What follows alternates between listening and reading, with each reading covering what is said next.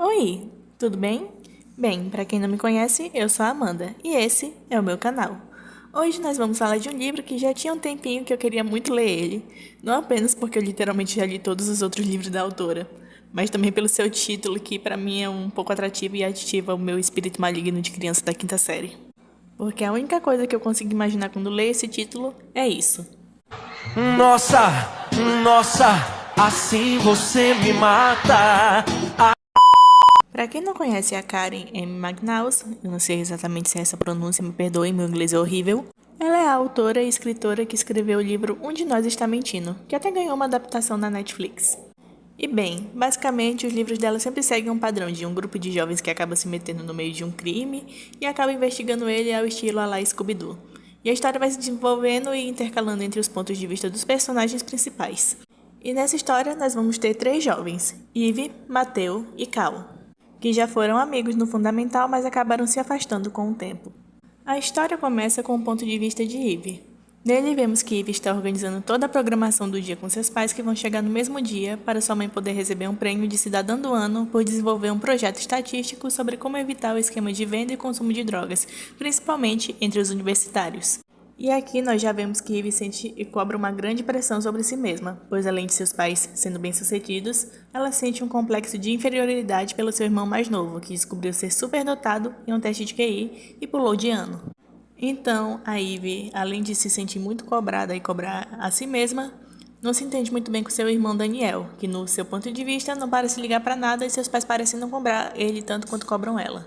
E aqui nós descobrimos também que Ivy vai apresentar uma palestra e falar sobre a sua mãe.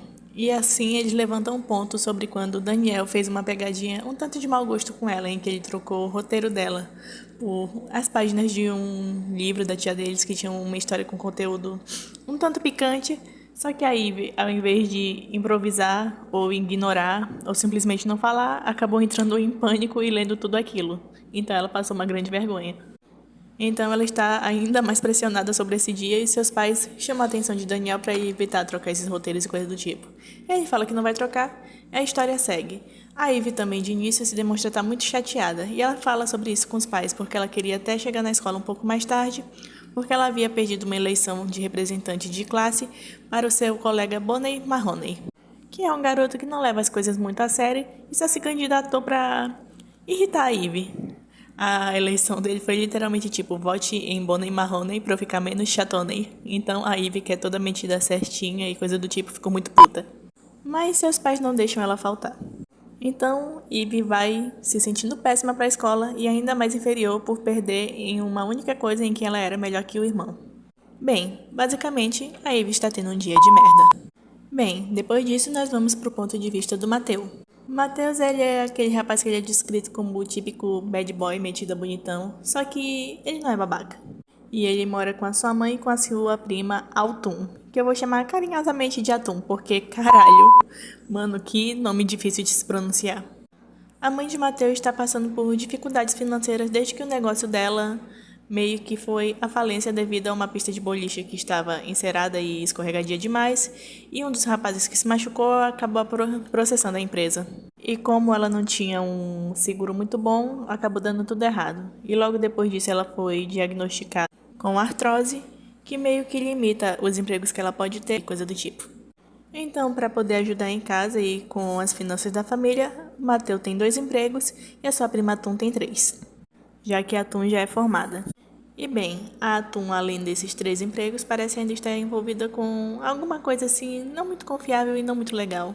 Mateus sabe o que é, só que ele acaba escondendo esse segredo dela, ou melhor, da mãe dele, já que eles em si nunca guardam segredos um com o outro, porque ele já havia pedido para ela parar, só que ela era muito teimosa e falou que não pararia. Então, ele só acabou aceitando devido às condições que eles passavam na família. E bem, a Atum também tem um namorado chamado Gabe, que o Mateus não vai muito com a cara dele, porque ele é um garoto que parou de estudar, está tirando um ano sabático, não trabalha e mesmo assim tem um carro caríssimo. Mas o próprio Mateus admite que talvez ele odeie esse cara ou não goste dele porque esse cara, sem fazer nada, tem tudo que ele e a Atum, tendo 5 empregos no total, não consegue ter nem para o sustento próprio. Mas bem, o namorado da Atum, o Gabe, também parece não se dar muito bem com o Mateus, talvez pela implicância. E bem, devido a todas essas circunstâncias, Mateu também não está tendo um dia muito bom. Mas aí, por último, e não menos importante, nós vamos para o ponto de vista do Cal. Cal é um garoto tímido e com um incrível talento artístico. Embora ultimamente ele não esteja muito inspirado, o próprio Cal fala com a sua ex-namorada, ou melhor, como terminou com a sua ex-namorada, e que ele meio que se sente um robô, porque ela comentou isso, porque ele parece sempre meio desligado de tudo e apático. E bem, uma das poucas relações que ele tem realmente é com seus pais, com quem ele fala e se entrosa. Ele não tem muitos amigos e seus pais até ressaltam que talvez seja porque ele se sente muito dependente e está em necessidade de ter sempre um relacionamento amoroso. E esses relacionamentos amorosos nunca dão muito certo. Mas Cal ignora isso e já está envolvido em outro relacionamento. E ele está meio triste porque, bem, essa garota deu um bolo nele justo naquele dia em que eles já tinham combinado de se encontrar num lugar que é especial para ele. Bem, como ela não aparece, ele acaba abrindo um dos seus desenhos, que ele escreveu um quadrinho sobre o dia em que ele fez amizade com a Ivy e com o Mateu, e ele intitulou de O Melhor Dia da Vida, pois desde aquele dia eles se tornaram amigos e viveram altas aventuras de crianças e adolescentes, coisa do tipo. E que, infelizmente, com o tempo eles acabaram se afastando e perdendo contato. Enfim, Cal reflete sobre ter levado o bolo de uma garota e sobre como agora ele é solitário e não tem amigos. Basicamente, mais um com um dia de merda. Mas então, quando o Cal sai do seu carro para entrar na escola, ele acaba se esbarrando com Ivy. E eles falam sobre a época que eles eram amigos e ambos tinham lembrado desse dia específico justo hoje. E acabam comentando e conversando sobre isso. E logo depois eles acabam se esbarrando com o Mateu também. E o próprio Cal meio que sugere na brincadeira que bem que eles poderiam faltar mais um dia de aula para relembrar os velhos tempos, já que todos eles estavam tendo um dia bem chato. Mas mal sabiam eles que o dia iria apenas piorar e que essa seria a pior escolha dos três. E bem, embora o Cal tenha falado na brincadeira, Ivy e Mateu meio que consideraram e cogitaram e acabaram realmente aceitando matar a aula. Então eles decidem realmente matar a aula e saem da escola. Eles fogem a uma ligação com a diretoria, fingindo que estão doentes e simplesmente vazam. E enquanto matam a aula, Ivy recebe uma mensagem de sua amiga Emily contando que o Bonnie, o garoto para qual ela perdeu aquela eleição de representante, também faltou. E a Ivy, ela fica uma fera, ela fica possessa, porque, ela perdeu por um cara que realmente fez aquela eleição como uma piada e sequer estava levando aquilo a sério. O que só reforçava ainda mais que o povo votou nele só para contrariar ela. E enquanto o grupo estava andando pelas ruas, a Ivy vê um garoto que se parece muito com o Bonnie de longe. Na verdade, ela tem certeza que é ele. E ela acaba convencendo os rapazes a seguirem o Bonnie junto com ela. E bem, depois de seguirem o Bonnie escondido, eles veem ele entrando em um prédio que aparentemente era para estar abandonado. E a Ivy, ela quer ir lá para tirar satisfação com o Bonnie. Só que meio que tem uma senha na entrada do prédio. E o Cal fala isso. E me pergunta meio que, cara, como você sabe disso? E ele fala que é porque ali também é o estúdio da namorada dele. E que ele não vai querer dar a senha porque geralmente ela costuma aparecer nesse horário. E aí já levanta aquele comichãozinho, tipo, Cal, peraí. Não era pra sua namorada estar na escola? A sua namorada não é da escola? Sim, gente, o Cal está se envolvendo com uma mulher maior de idade. Meu Deus, cara, porque todo livro que eu leio aparece um desses. Enfim, embora o Cal não queira ir até o prédio ou coisa do tipo, por livre e espontânea pressão da Ivy, ele acaba dando a senha. E ela vai na frente atrás do Bonnie. Mas depois, Mateu convence que é melhor eles irem atrás de Ivy, já que ela não tá com um gênio muito bom e o Bonnie também não tem um dos melhores. Ao entrarem no prédio, eles ouvem a voz de Ivy respondendo de um andar um pouco mais acima, e o Mateu é o primeiro a chegar lá. A primeira coisa que ele avista é a Ivy paralisada em frente a uma porta aberta. E bem, Ivy está assim porque, de longe, ela vê um corpo caído no chão e uma seringa. E bem, seja lá quem for, muito provavelmente o Bonnie, morreu de overdose. E bem, com essa cena e com a sua fobia de seringas, a Ivy meio que entra em pânico e acaba desmaiando, o Mateu que ia parar ela da queda. Cal também vê a cena e fica chocado, ainda mais porque justamente essa sala onde o garoto morreu é o estúdio de artes da namorada dele. E antes que eles possam sequer pensar em como reagir ou coisa do tipo, eles ouvem sirenes se aproximando. Sim, é a polícia. Eles entram em pânico, já que o cérebro do grupo, que poderia, orientar como eles deviam agir corretamente, está desacordada, e eles decidem fugir, até porque não pegaria bem eles chegarem numa sala com um corpo e verem esses dois adolescentes com mais uma garota desmaiada. Então eles saem correndo pela escada do fundo do prédio e acabam saindo sem serem percebidos. E Mateu leva a Cal e a Ivy ainda desmaiada para um bar que ele trabalha ali perto, que é o esconderijo mais próximo, já que a polícia ainda estava andando pelas ruas. E no bar, enquanto a Ivy ainda está desacordada, os garotos ligam a televisão para ver o noticiário e as notícias na internet, para ver se já apareceu alguma coisa. E realmente tem. As notícias confirmam e reforçam que, não tinha chance, aquele corpo realmente tinha sido encontrado morto. E ainda mais, que uma testemunha disse ter visto uma mulher loira, bonita e na casa dos 20 anos, inserir a seringa na vítima. E logo depois a Ivy acorda. E bem, os garotos encaram ela porque... Bem, eu acho que esqueci de falar, mas a Ivy é loira. Então ela meio que bate com a descrição. Mas ela fala que obviamente não tem como ter sido ela, porque quando ela chegou o corpo já estava lá e porque ela tem pavor de agulhas. E embora o noticiário ainda não tenha confirmado, Ivy confirma com toda certeza que aquele garoto é o Bonnie, porque embora eles não tenham entrado na sala e visto o corpo, eles viram muito em contraste um tênis roxo que o rapaz estava usando. E a Ivy diz que reconhecia aquele tênis porque em um debate com o Bonnie ele estava usando o mesmo e ela ficava olhando e pensando, cara, tudo nele é chamativo e irritante. E nessa fuga que eles saíram do prédio, os garotos também pegaram um celular que estava jogado no chão porque eles acharam que era o celular da Ivy. Só que não, na verdade, era o celular do Bonnie. Eles até tentam acessar ele e descobrir alguma senha, mas não conseguem muito. Eles pensam que o melhor é devolver para a cena do crime, mas não é uma boa ideia no momento. E bem, a Ivy acaba confrontando o Cal sobre essa tal garota, quem é ela, qual é o nome dela, e o Cal fica hesitando e não quer falar de jeito nenhum. A Ivy fala, eu tenho certeza que ela é loira, e o Cal meio que disfarça, só que ele mente muito mal, então sim. Obviamente essa mulher é loira, e bem, a sala que o cara morreu foi a sala dela. Embora a Cal tenha mandado uma mensagem para ela logo que chegaram no esconderijo e ela tenha mandado uma foto numa aula de cerâmica, aquilo não é prova suficiente, até porque ela já poderia ter uma foto dessa salva ou na internet. Então, Cal não quer falar o nome dela, mas decide que vai falar com ela pessoalmente e pede para Ivy e Mateu ficarem lá, que eles voltariam em 1 hora. Só que, obviamente, a Ivy e o Mateu não vão esperar e vão seguir ele. E bem, depois de seguirem o Cal sem ele perceber, eles finalmente descobrem o porquê ele queria tanto esconder o nome dessa tal namorada. A namorada dele não é nada mais, nada menos que a professora deles de artes. Então sim, além dele ter um relacionamento com uma mulher mais velha, ela ainda é professora. Por isso daria uma grande confusão, ainda mais porque os pais do Cal, um deles é coordenador da faculdade e já havia falado sobre uma polêmica em que demitiram um professor que se relacionou com uma aluna menor de idade. Então, pegaria muito, muito, muito mal. Enfim, enquanto o Cal fica falando com a Lara, que é a professora deles, ela fala que não estava lá, que acabou conseguindo uma aula de cerâmica em cima da hora e que ela só saiu daquela aula para ir lá encontrar o Cal na cafeteria.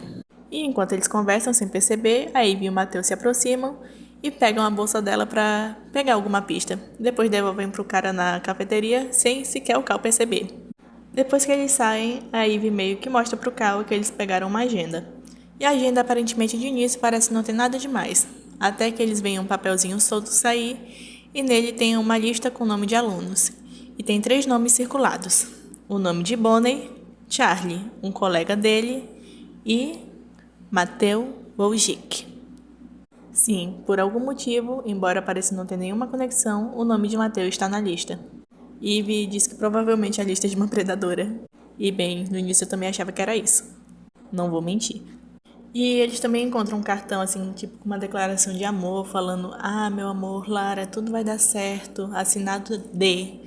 E eles ficam pensando, quem seria esse D? Só que nenhum nome vem na cabeça deles e talvez tenha uma ligação com o assassino, mas por agora eles não têm nada. Enfim, o Mateu estranha também, o nome dele tá na lista, mas ele sente um mau pressentimento do nome do Charlie estar na lista, porque mais cedo ele viu no telefone de sua prima um tal de Charlie ligando. Mas ele não fala nada, porque provavelmente se fosse o que ele estava pensando ligando a prima, ele acabaria denunciando e metendo a prima em confusão.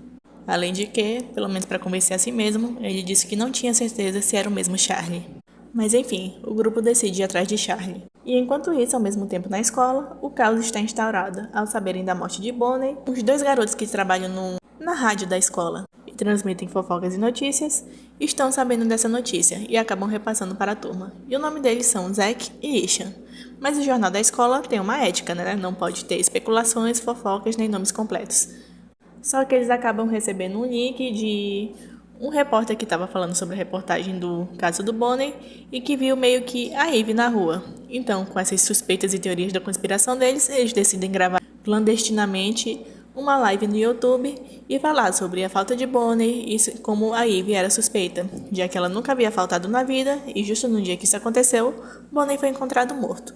Além do mais, isso poderia se encaixar, já que Ivy foi vista próxima do local e tinha motivos. E bem, meio que é complicado defender a Ivy, já que o irmão dela não sabe de nada, ela mentiu sobre estar doente e a sua amiga Emily, que está defendendo ela, tentando contatar a Ivy, não tem sequer notícias dela, já que a Ivy está evitando e não atende o telefone. Mas bem, voltando ao nosso trio, chegando na casa de Charlie, eles encontram uma casa completamente revirada e um Charlie completamente bêbado e assustado, que acaba atacando o Mateo achando que ele era o mesmo cara que matou Bonnie. Então eles saem da casa de Charlie, que não parece um local muito seguro, e o levam para a casa de Ivy. Enquanto Cal cuida de Charlie, Ivy cuida de Mateus. Mateo, meu Deus! E eles comentam da época que gostavam um do outro. E bem, eles também descobrem que por causa de um mal-entendido, eles acabaram não tendo um relacionamento, pois no dia que Mateo beijou Ivy, ele mandou uma caixa com seus bombons favoritos e um convite para eles saírem juntos, só que essa caixinha e essa caixinha nunca chegaram. Pois provavelmente o irmão de Ivy pegou e nunca comentou com ela. E por tanto Ivy quanto Mateus serem meio orgulhosos e estarem com o ego ferido, acabou que nunca comentaram sobre e com o tempo só se afastaram. Mas enfim, depois dessa roupa lavada, eles acabam se pegando. Sim, esse caos todinho, o mundo acabando e esse bando de adolescente com fogo no rabo. Mas bem, isso é um pouco importante porque depois disso nós vamos pro ponto de vista de Ivy e vemos que obviamente, né, ela tá feliz, tá pegando um boy maravilha lá e coisa do tipo, só que ela também parece guardar uma grande culpa e um segredo. Um segredo que ela mesma disse que provavelmente se Mateo descobrisse nunca mais iria querer sequer olhar pra cara dela. Mas enfim, voltando ao foco, o Cal chega e meio que cortando a liga dos dois e meio que puto também porque ele tá cuidando de um cara bêbado loucaço enquanto eles estão se pegando no banheiro. E ele fala que conseguiu arrancar algumas informações de Charlie sobre o porquê talvez isso teria acontecido e o porquê o nome de Mateo estaria na lista. Porque tudo isso envolve um grande esquema de drogas, onde Charlie e Bonnie estão envolvidos, porque em uma festa eles acharam uma grande quantidade de drogas escondidas e tiveram a genial e brilhante ideia de vender porque daria uma grana. E sim, eles acabam revelando que a Atum, a prima do Mateo, está envolvida nisso. E embora Mateo soubesse, ele não imaginou que seria um negócio tão grave. Mas obviamente os amigos dele não sabiam disso e como ele não comentou, eles ficaram putos, mas resolveram acalmar os ânimos e meio que raciocinaram. Talvez o nome de Mateus está na lista porque o Charlie fala sobre ter um possível dedo duro que sempre está nas festas e coisa do tipo e que ele meio que dá o nome ao cara que é o chefão dessas drogas e que ele pode cortar os esquemas da droga lá no começo. Porque Charlie fala que tem boatos de que existe um tal de dedo duro que fala desses pequenos vendedores de droga e que o cara que realmente é um manda-chuva acaba cortando esse mal pela raiz. E bem, o Bonnie tinha recebido uma ligação muito suspeita de um cara pedindo para ele se encontrar com ele naquele prédio e pedindo uma quantidade muito grande e absurda de drogas para comprar. A Atum, que é a mais esperta e o cérebro do grupo, falou que não era pro Bonnie ir porque isso era muito suspeito e provavelmente muito perigoso. Mas bem, nós já sabemos o que aconteceu, né? Bonnie não ouviu. Bem, depois disso, Mateo tenta contatar a Atum, só que ela não atende os telefonemas, já que ela tá no trabalho. E o trabalho dela meio que é dirigindo pela cidade, porque ela trabalha para uma empresa de amoladores de faca. Então Mateo vai lá onde ela trabalha e pede pro chefe dela dar localização. E ele teme ainda mais que a Atum esteja em perigo, porque o cara comenta que mais alguém ligou perguntando sobre a Atum. Só que, obviamente, ele não deu a localização, porque o cara, além de não dar o nome, não veio se apresentar e mostrar que tinha alguma relação com a Atum. Bem, eles acabam conseguindo alcançar a Atum e falam sobre a notícia de Bonnie. Ela realmente não sabia, porque passou o dia trabalhando, e ela fica muito abalada com a morte do colega e quer se entregar para a polícia, já que, meio que, de certa forma, ela está envolvida naquilo, pela questão da venda das drogas. Mas Mateo, obviamente, muito ligado à prima, não quer que ela se entregue, né? Até porque ele acha melhor ela sair da cidade junto com a mãe dele, que já tá na festa de Matia, e convencer a mãe dele a ficar lá, junto com a Atum, já que as duas podem estar correndo perigo, já que o cara que matou o Bonnie e revirou a casa de Charlie também pode estar indo para casa deles. E bem, no meio disso, meio que Cal tem uma luz e se lembra que o proprietário do prédio da Lara, ele também tem um nome que começa com a letra D. O nome dele é Dominic. E ele é um artista também. E Cal fala que a Lara tem um quadro assinado com o nome dele na sala dela. Então, para eles acharem alguma ligação de que o Cal e a Lara têm isso e poder provar para a polícia, eles decidem ir até a escola. E bem, o que acontece nesse meio período que a Atum e Mateu tiveram uma discussão, falando sobre a necessidade, um negócio super comovente e coisa do tipo. Ivy meio que não aguentou, se sentiu pressionada e ainda mais culpada, e acaba finalmente confessando o seu maior segredo para Mateu. Ivy meio não. Ela é responsável pela falência dos negócios da família do Mateu. Porque um dia, quando ela tentou se vingar do Daniel, por aquela brincadeirinha de mau gosto, ela foi buscar ele numa pista de boliche, ele falou para ela esperar lá, e ele ficava todo metido, se mostrando pros amigos e coisa do tipo. A Ivy ficou puta, pegou um óleo de bebê que ela tinha comprado pra mãe e pôs na pista, já que bem naquela vez seria o Daniel. Só que acabou não sendo o Daniel, foi o outro garoto que caiu, se machucou, processou o estabelecimento e aconteceu tudo o que aconteceu. E a Ivy só foi saber que tudo isso deu muito errado depois que ela voltou, que ela tinha saído de férias. E ela nunca comentou isso com ninguém. O Mateu, obviamente, fica puto, fala umas boas verdades na cara dela, fala que ela é egoísta, fala que pensa que tudo gira ao redor dela, sabe que ela não sabe brincar e nem levar uma pegadinha a sério. E fica uma grande torta de climão. O Cal, coitado, tava lá dirigindo e acabou tendo que presenciar tudo isso, já que a discussão foi dentro do carro enquanto eles estavam indo em direção à escola. Chegando lá, o Mateu cai fora. Ele tá cansado e, bem, ele tem seus motivos. O Cal também entende. A Ivy fica abalada, mas entende que tem que seguir em frente. Vale ressaltar que quando eles vão pra escola já está bem tarde, tipo assim, eles ficaram o dia todo atrás disso e dessa confusão e já está anoitecendo. E provavelmente nesse horário não é pra ter ninguém. A Ivy e o Cal entram na escola e se escondem ao ouvirem vozes. É porque o irmão dela e um amigo meio que ficaram até tarde conversando com um treinador, que inclusive é o esposo da Lara, sim, a Lara, a professora da noiva. E ele é um cara conhecido por ser um cara super gente boa, super alegre e super parceiro. E o Cal, vendo que ele fica até tarde com os alunos, ajudando coisa assim, se sente ainda mais culpado. Mas voltando ao foco, depois que eles veem as vozes indo embora e sumindo, eles entram na sala de Lara. Eles começam a revirar e coisa do tipo, e o Daniel aparece, porque ele meio que acabou ouvindo a voz da Ivy. Ele dá uma bronca nela, até porque ela não atendeu ele, né? Mas fala que meio que despistou a polícia dela porque ele deu o número errado. Depois disso, ele vai embora. Nesse meio período também ele tinha acabado discutindo com a Ivy, e a Ivy quis falar que ele sempre se achou, ele falou, Ivy, o mundo não gira ao redor de você, e coisa do tipo. E a Ivy fala, não, você comeu os meus doces que o Mateu mandou. Aí ele fala, cara, não fui eu, você não vai contar, Cal? Aí a gente descobre que o Cal também tinha um segredo. O Cal que tinha meio que burlado a relação da Ivy com o Mateu. Não por amor, coisa do tipo, ele nunca sentiu nada pela Ivy, mas porque ele tava com medo deles namorarem, se desentenderem, depois ele ter que escolher entre um amigo e o outro, e meio que ele acabou estragando tudo. E não adiantou de nada, porque no final eles acabaram se afastando do mesmo jeito. Mas enfim, a Ivy fica puta com o Cal por causa disso, né? Então quando o Cal vem com uma luz, porque eles comparam lá a letra do Dominic com a letra do Sr. D, eles veem que a letra não bate. E o Cal fala tipo, Ivy, não pode ser o seu irmão Daniel? Meio que tipo assim, ele é bonitão, é menor de idade. Ele veio na sala da Lara, embora ele tenha falado que tenha sido por sua voz, talvez ele tenha vindo atrás dela. E ele anda com uns tênis super caros, às vezes é ele que vende droga. A Ivy fala que não faz sentido, fica puta com o Cal, até porque ela já tava puta, né? E vai embora. E o Cal, meio que já sozinho nessa, né? Decide revirar um pouco mais a sala e consegue abrir uma gaveta que estava trancada. E nessa gaveta da Lara, ele vê mais e mais pastilhas de droga. E decide então ir confrontar ela.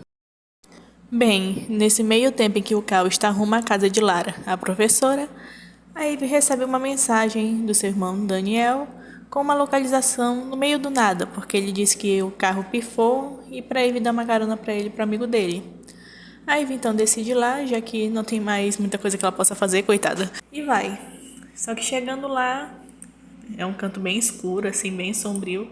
Só que como ela recebeu mensagem do irmão, né? Segue a vida. Ela sai do carro para pegar umas coisas para ajudar a trocar o pneu. Só que ela vê uma figura se aproximando. E essa figura tá sombria, escura e mais magra. Essa figura não tem o porte físico do seu irmão Daniel. E nós só ouvimos essa figura falar: "Eu sinto muito, Eve, mas esse vai ser o mal necessário." E então ele apaga a Eve. Calma, gente, ela não morreu, viu? Ele só desmaiou ela. E bem, chegando na casa de Lara, Cal chega lá e vê ela com a boca na botija. Ela já arrumou uma mala e tá se preparando pra fugir. E ele começa a confrontar ela sobre essas coisas. Ela fala: "Cal, eu não menti, realmente não fui eu que matei o Bonnie. Eu realmente estava naquela aula de cerâmica, não fui eu. Eu sei que tudo tá indo pra ser eu, mas não fui eu. Eu sei que foi no meu estúdio, eu sei que tem drogas na minha sala, mas tudo isso foi implantado. Ele está querendo me incriminar. A única coisa que eu fiz foi mandar um link falando que a Eve estava passando por perto para desviar suspeitas de mim e eu ter tempo de fugir." E o Cal fala: "Ah, mas então o traficante é o Dominic? Ele tá por trás disso, né? Você ficou com esse rolo com ele, coisa do tipo." Ela fala: "Cara, eu não acredito que é tão óbvio. Vocês investigaram o dia todo e não chegaram a essa conclusão." E antes que ela fale o nome do assassino / traficante, a gente pula pro ponto de vista do Mateu. O Mateu chega em sua casa, lá tá tudo revirado também, que nem na casa do outro garoto. E ele fica isolado e pensa: vou ter que arrumar isso, né? Ainda tá desanimado com tudo que aconteceu, com o dia de merda, com aquela revelação da Eve. Até que ele recebe uma ligação da Atum. A Atum fala que já contou toda a verdade pra mãe dele, que ela não conseguiu esconder e que ela decidiu se entregar pra polícia. O Mateu fica arrasado, porque por mais que a Atum tenha feito algo errado, né, que foi vender drogas, ela era só um peixe pequeno desviando a atenção do verdadeiro predador, do verdadeiro criminoso. Então, frustrado, ele vai lá pro quarto da Atum arrumar e ele vê uma galeria, assim, um mural de fotos, que é bem comum, que tem toda a turma e coisa do tipo. E ele bate o olho em uma foto específica e ele descobre por meio das fotos uma coisa: a identidade do dedo duro. Sim, o dedo duro é real. Ele vai numa festa de adolescentes e lá ele se encontra com o Gabe. Sim, o Gabe é o dedo duro. Ele mete a porrada no Gabe lá, porque o Gabe meio que entregou esses nomes pra pessoa que matou o Bonnie. E faz realmente sentido ser o Gabe o dedo duro, porque o Gabe não tinha emprego, o Gabe não estava estudando, e mesmo assim ele vivia andando no carrão do nada, foi algo muito de repente.